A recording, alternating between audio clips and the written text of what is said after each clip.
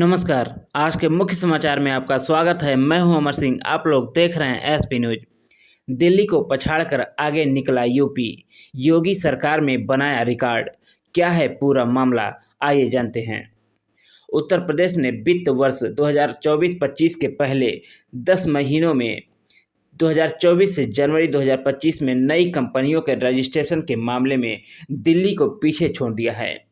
इस दौरान यूपी में 15,590 नई कंपनियां रजिस्टर्ड हुई, जबकि दिल्ली में यह संख्या 12,759 कंपनियां ही रही। नई कंपनियों के मामलों में महाराष्ट्र 21,000 कंपनियों के रजिस्ट्रेशन के साथ पहले नंबर पर रहा। इसके बाद दूसरे नंबर पर यूपी है। कंपनी रजिस्ट्रेशन क्यों है अहम? किसी राज्य में नए बिजनेस रजिस्ट्रेशन से पता चलता है कि वहां के आर्थिक हालात, निवेशकों का भरोसा और भविष्य के विकास की संभावनाएं कैसी हैं।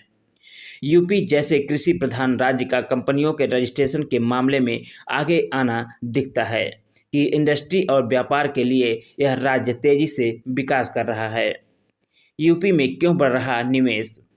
जानकारों और सरकारी अधिकारियों के अनुसार यूपी में निवेश बढ़ने के कई अहम कारण हैं।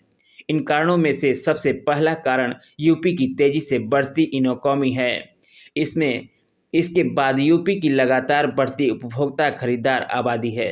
इसके अलावा यूपी में काम करने का आसान माहौल, किफ़ायती मजदूरों की बड़ी संख्या और सुधरी हुई कानून व्यवस्था को माना जा रहा है। नोएडा की वजह से भी यूपी को फायदा। दिल्ली से सटे यूपी के नोएडा जैसे इंडस्ट्रियल शहर की वजह से भी निवेशक यूपी की तरह आकर्षित हो रहे हैं। दिल्ली के मुकाबले कम रियल एस्टेट की कम कीमतें और दिल्ली की नज़दीक होने से व्यापार करना आसान है। हालांकि कुछ एक्टिव कंपनियों के मामले में दिल्ली और महाराष्ट्र अभी भी यूपी से आगे हैं। यूपी में जनवरी 2025 तक 1,50,703 एक्टिव कंपनियां हैं। दिल्ली में यही संख्या 2,50,162 और महाराष्ट्र में 3,46,555 है। तेजी से बढ़ता यूपी टॉप 3 राज्यों में शामिल। तेजी से कंपनी रजिस्ट्रेशन की वजह से यूपी ने पिछले 5 साल में पश्चिम बंगाल, तमिलनाडु और कर्नाटक जैसे राज्यों को पीछे छोड़ दिया है। अब यूपी महाराष्ट्र और दिल्ली के बाद तीसरे नंबर पर है। 2011 की जनगणना के अनुसार यूपी की जनसंख्या 24 करोड़ से ज़्यादा है, जो इसे देश का सबसे बड़ा उपभोक्ता राज्य बनाता है।